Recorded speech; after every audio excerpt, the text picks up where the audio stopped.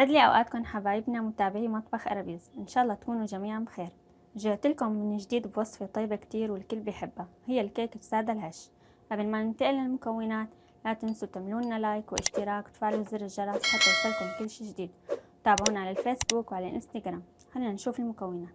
نص كوب زيت، كوب وربع سكر، معلقة خل، كوب لبن بحرارة الغرفة، معلقة فانيليا كبيرة، برش ليمون، 4 بيضات بحرارة الغرفة، كوبين ونص طحين منخول، معلقة كبيرة بيكنج بودر، نص معلقة صغيرة بيكربونات صوديوم أو كربولا، وربع معلقة صغيرة ملح. قبل ما نبلش بخلط المكونات بنشغل الفرن على درجة حرارة 350 فهرنهايت. هلا بنبلش بخلط المكونات. أول شي البيض،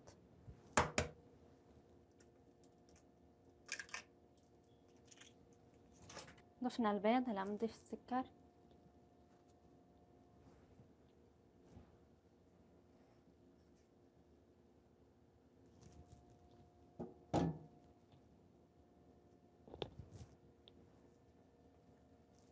نضيف كمان الفانيليا وبرش الليمون.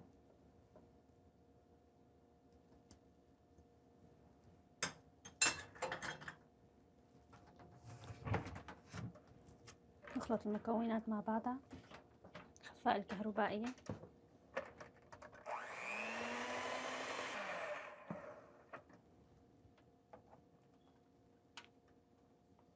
هلا بنضيف اللبن. هلا بنضيف كمان الزيت،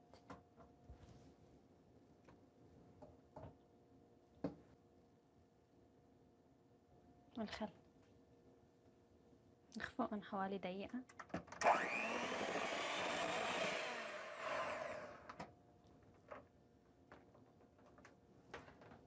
تكونوا جاهزين عنا.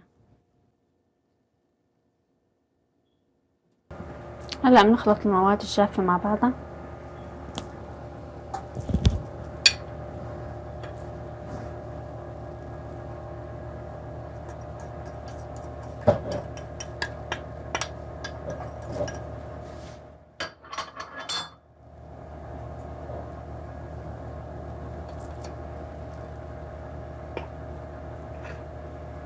هلا بنضيف المواد الجافة بالتدريج.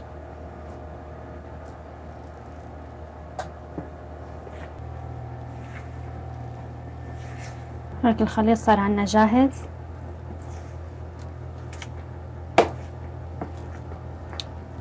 وعندي قالب دهنته زبدة ورشيت عليه طحين، فينا ندهنه زيت كمان بدل الزبدة.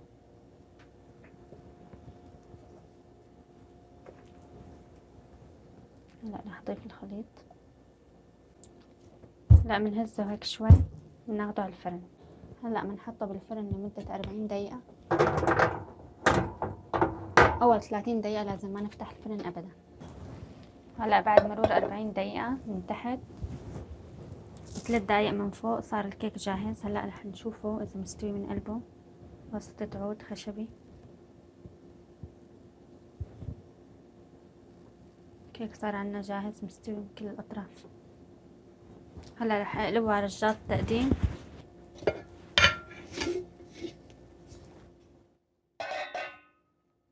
هاي بعد ما قلبناه هيك صار الكيك جاهز. وهلا بعد ما قلبنا الكيك حقطع قطع منه.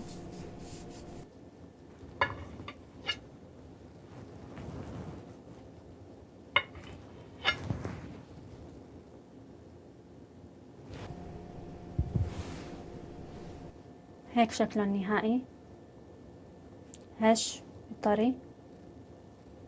بتمنى انه تجربوها، رح تعجبكم كتير.